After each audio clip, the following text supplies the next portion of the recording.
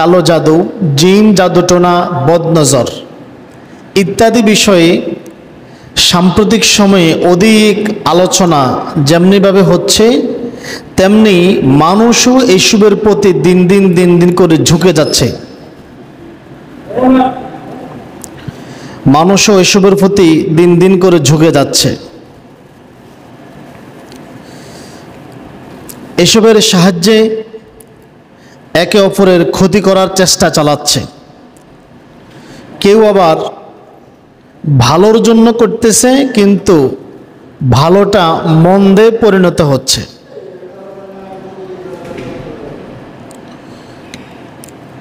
কেউ বা এসব থেকে বাঁচতে গিয়ে অন্য কোনো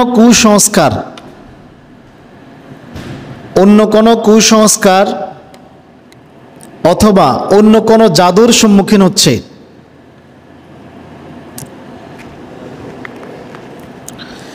কেউ বা জাদুটোনা, বদনজর, জিন থেকে বাঁচার জন্য কুসংস্কারের আশ্রয় নিচ্ছে, আবার অন্য কোনো জাদুর আশ্রয় নিচ্ছে। অথচ কোরআন সুন্নায় এসব থেকে বাঁচার জন্য আল্লাহ তাআলা কতগুলি পদ্ধতি এবং দোয়া আমাদেরকে শিক্ষা দিয়েছেন। আমরা আজকে এই সকল বিষয় নিয়ে আলোচনা করব ইনশাআল্লাহুল আজিজ। আজকের জুমার আলোচনা হবে একটি শ্রেণী ক্লাস ভিত্তিক আলোচনা। সকলেই মনোযোগ দিয়ে শুনতে হবে, তাহলে আশা করি ইনশাল্লাহ যাবতীয় অনিষ্ট থেকে বাঁচার জন্য কিছু পদ্ধতি অবলম্বন করলে আল্লাহ তাআলা হেফাজত করবেন। তাছাড়া কোরআন হচ্ছে সকল সমস্যার সমাধান নয়। কোরআন যদি সকল সমস্যার সমাধান নাই হয়, তাহলে এটা সার্বজনীন কিতাব নয়। আল্লাহ তাআলা বলেন কোরআনুল কারীম, দেখেন ওয়ানাজ্জালনা আলাইকাল কিতাবা, আল্লাহ তাআলা তার হাবিবকে বলতেছেন, ও নবী, আমি আপনার প্রতি যে কিতাব নাজিল করেছি, তিবিয়ানাল লিকুল্লি শাই,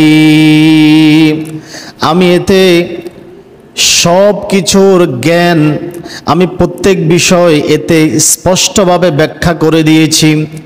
অতঃপর আল্লাহ তাআলা বলেন ওয়া হুদাও ওয়া রাহমাতাও ওয়া বুশরা লিল মুসলিমিন, আর এই কিতাব যা মুসলমানদের জন্য হেদায়েত স্বরূপ, রহমত এবং সুসংবাদ স্বরূপ। যারা মুসলমান তাদের জন্য এই কোরআনে আল্লাহ তাআলা সকল কিছুর সমস্যার সমাধান দিয়ে রেখেছেন। আল্লাহ তাআলা অন্যত্র বলেন সূরা আনআম আয়াত নং 38, আল্লাহ তাআলা বলেন মা ফাররাতনা ফিল কিতাবি মিন শাই, আমি কোরআনে কোনো কিছুর জ্ঞান আলোচনা করতে, উল্লেখ করতে বাদ দেই নাই। কোরআনে এমন কোনো জ্ঞান নাই যেই জ্ঞান সম্পর্কে আমি কোরআন আলোচনা করি নাই। সব কিছুর ব্যাপারে আলোচনা করেছি। অতীতে যা ঘটেছিল, পরবর্তী সময়ে যা ঘটবে, এমনকি কিয়ামত, শুধু এই জগৎ নয়, অন্য জগৎ, যেই জগৎ সম্পর্কে মানুষ জানতো না, আসমানের উপরে কি আছে, আরশে আজিমের নিচে কি আছে, উপরে কি আছে, মানুষ যারা জানতো না, আল্লাহ তাআলা সেই জ্ঞান পর্যন্ত কোরআনুল কারীমে দিয়ে রেখেছেন। আর এই জন্য হাদিসে রয়েছে, হযরতে আব্দুল্লাহ ইবনে মাসউদ রাদিয়াল্লাহু তাআলা আনহু বলেন ক্বালা রাসূলুল্লাহ সাল্লাল্লাহু আলাইহি ওয়াসাল্লাম, রাসূলুল্লাহ সাল্লাল্লাহু আলাইহি ওয়াসাল্লাম বলেছেন মান আরাদাল ইলমা ফালইয়াসাউবিরিল কুরআন, যে ব্যক্তি জ্ঞান অর্জন করতে চায় সে যেন কোরআন নিয়ে গবেষণা করে। কি নিয়ে গবেষণা করে? যে ব্যক্তি জ্ঞান অর্জন করতে চায় সে যেন কোরআন নিয়ে গবেষণা করে।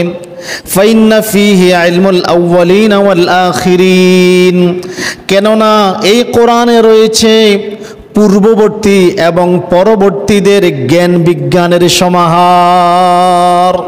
পূর্ববর্তী সময়ে যত জাতি, যত সভ্যতা, যত জ্ঞান বিজ্ঞান আবিষ্কার করেছিল এবং কিয়ামত পর্যন্ত মানুষ সহকারে প্রাণী জগতে যত জ্ঞান বিজ্ঞানের উত্থান হবে, সব কিছুর সম্পর্কে আল্লাহ তাআলা কোরআনুল কারীমে বিস্তারিত বর্ণনা করে দিয়েছেন। কোরআন সুন্নাহর আলোকে আমরা জাদুটোনা, বদনজর, জিন ইত্যাদি অকল্যাণ, অনিষ্ট থেকে বাঁচার কতিপয় পদ্ধতি এবং দোয়া এবং কালিমা শিখব। আল্লাহ তাআলা আমাদেরকে এই আমলগুলি করার এবং শিখার তৌফিক দান করুক। সকলে বলি আমিন। সকলকে বলবো একটু নড়ে চড়ে বসেন। আপনি হয়তো মাঝে মধ্যে চিন্তা করেন আমার বাড়িতে কি করে বদনজর জিন জাদুটনা আক্রমণ করতে পারে, কেন আক্রমণ করতে পারে। ইনশাল্লাহ আজকে যখন আলোচনা করব তখনই বুঝতে পারবেন। বাড়িতে মা বোন যারা আছেন, আমি মা বোনদেরকে অনুরোধ জানাবো, মাইকের শব্দ যতটুকু যায় আপনারাও মনোযোগ সহকারে শুনবেন এবং বাস্তব জীবনে এই আমলগুলি করার চেষ্টা করবেন। সকলে বলি ইনশাআল্লাহুল আজিজ।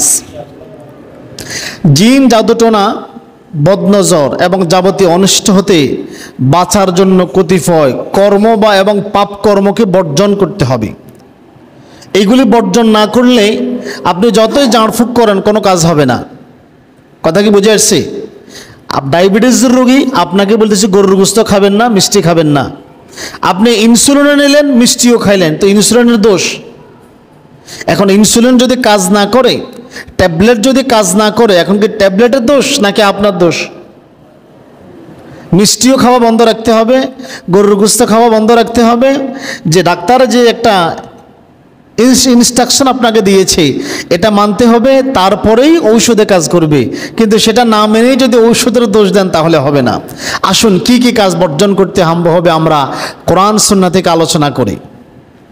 প্রথমত, বাড়ি থেকে সকল প্রকারের মূর্তি, ভাস্কর্য, ছবি এবং টানানো ছবি সব কিছু নামিয়ে ফেলতে হবে।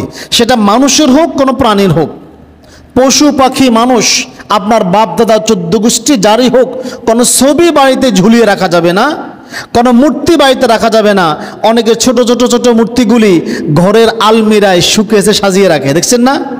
এই মূর্তিগুলো হচ্ছে শয়তানের আশ্রয়স্থল। শয়তানের কি? মূর্তির ভিতরে শয়তান থাকে। কারণ এই ছবি মূর্তি যেই ঘরে থাকে এই ঘরে ফেরেশতা প্রবেশ করে না। তো যেই ঘরে ফেরেশতা প্রবেশ করে না সেই ঘরে কি প্রবেশ করে? কথা বলেন না, কি প্রবেশ করে? হাদিস থেকে দেখেন, আবু তালহা রাদিয়াল্লাহু তাআলা আনহু বলেন, আমি আল্লাহর নবীকে বলতে শুনেছি, তিনি বলেন, লা তাদখুলুল মালাইকাতু বাইতান, ওই ঘরে রহমতের ফেরেশতা প্রবেশ করে না, ফিহি কালবুন ওয়ালা সূরাতুন তামাসিল, যেই ঘরে কুকুর এবং কোন প্রাণীর ছবি ঝোলানো থাকে, ছবি থাকে। যেই ঘরে কোনো কুকুর অথবা কি থাকে, ছবি ঝুলানো থাকে, এই ঘরে রহমতের ফেরেশতা প্রবেশ করে না। আর মূর্তিটাকে আমরা এখন পুতুল হিসেবে উত্থাপন করা হচ্ছে। প্রায় মানুষের ঘরের খাটের উপরে দেখবেন পুতুল নাম দিয়ে মূর্তি রাখা হয়েছে, বিভিন্ন প্রাণীর অঙ্গভঙ্গি দিয়ে বাড়িঘরের আলমিরা শোকেসগুলি সাজানো হয়েছে। অথচ এই মূর্তিগুলাই কিন্তু শয়তানের আশ্রয়, শয়তানের থাকার জায়গা। কোরআনুল কারিমে আল্লাহ তাআলা বলেন শয়তান কোথায় থাকে দেখেন, শয়তান আসলেই মূর্তির ভিতরে থাকে। আপনারা শুনেছেন না, যেই দিন আল্লাহ নবী মক্কা বিজয় করার পরে কাবাঘর থেকে মূর্তিগুলি ভেঙে ফেললেন, এই মূর্তিগুলোর ভিতর থেকে শয়তান কান্না করতে করতে করতে করতে বের হয়ে গেছে। কারণ এই মূর্তিগুলাই ছিল শয়তানের আশ্রয় কেন্দ্র। আল্লাহ তাআলা বলেন সূরা নিসা আয়াত নং 117, ইয়াদউনা মিন দুনিহি ইল্লা ইনাসা, তারা রবের পরিবর্তে তারা দেবদেবী মূলত মূর্তিরই পূজা করে। ইনাসা মানে মূর্তি। তারা রবকে এক পাশে রেখে রবের পরিবর্তে তারা মূর্তির পূজা করে। আর এই মূর্তির পূজার মাধ্যমে তারা কি করে?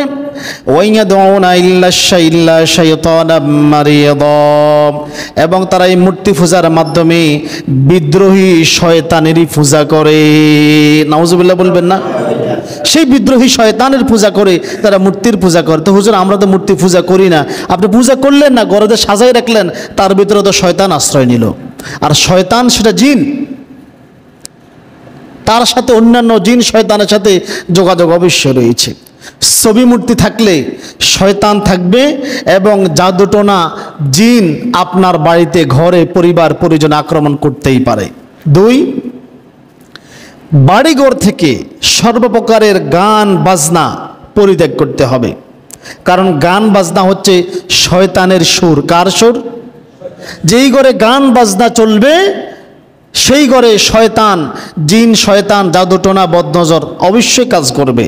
রাসূলুল্লাহর হাদিস দেখেন, আল্লাহ নবী বলেছেন, আন আবি হুরায়রা রাদিয়াল্লাহু তাআলা আনহু قال قال النبي صلى الله عليه وسلم في الجرس مزمار الشيطان।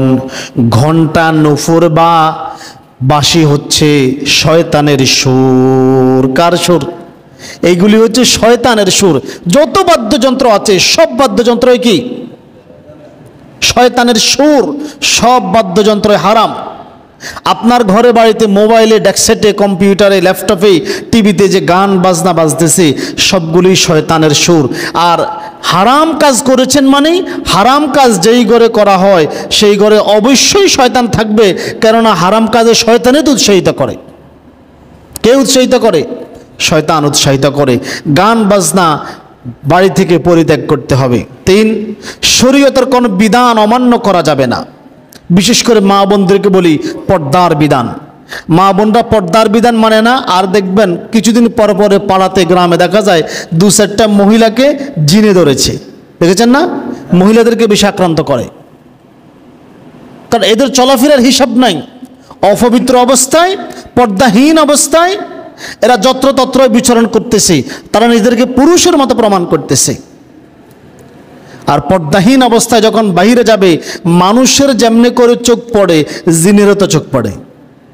কথা কি আমার বুঝাইতে পারি নাই? মানুষের যেমনি করে কাম বাসনা রয়েছে, জিনদেরও কাম বাসনা রয়েছে, তাদেরও তো দৃষ্টি পড়ে। বিশেষ করে মা বোনদেরকে বলি, এই পর্দার বিধান মেনে চলতে হবে। শরীয়তের কোনো বিধান অমান্য করা যাবে না। এরপরে যারা ধূমপান করেন, নেশাদার দ্রব্য পান করেন, তাদেরকে এই সকল ত্যাগ করতে হবে। কেননা ধূমপান করলে নেশাদার দ্রব্য, সেটা গাঁজা হতে পারে, ইয়াবা হতে পারে, যত বোতল হতে পারে, পেন্সিল হতে পারে, যা কিছু পান করেন, এইগুলি খাওয়ার পরে শয়তান আপনার মস্তিষ্কের নিয়ন্ত্রণ নিয়ে নেয়। আর আপনাকে দিয়ে যে কোনো কাজ সে করাতে পারে। কারণ মদ খাওয়াকে হালাল না হারাম? হারাম না? তো হারাম কাজ করলে সেখানে কি ফেরেশতা থাকবে? ধূমপান করা হালাল না হারাম? হারাম না? তো হারাম কাজ করবেন আর সেখানে আপনি চিন্তা করবেন এখানে জিন শয়তান আসবে না, শুধু হুজুর থেকে ফানি ফোড়া তাবিজ নিয়ে লটকাইলেন, তাহলে আর জিন আসবে না? আপনাকেই তো গ্রাস করবে।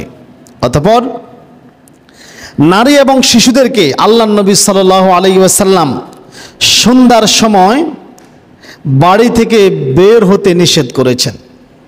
নারী এবং শিশুদেরকে সন্ধ্যার সময় বের হতে দেওয়া যাবে না।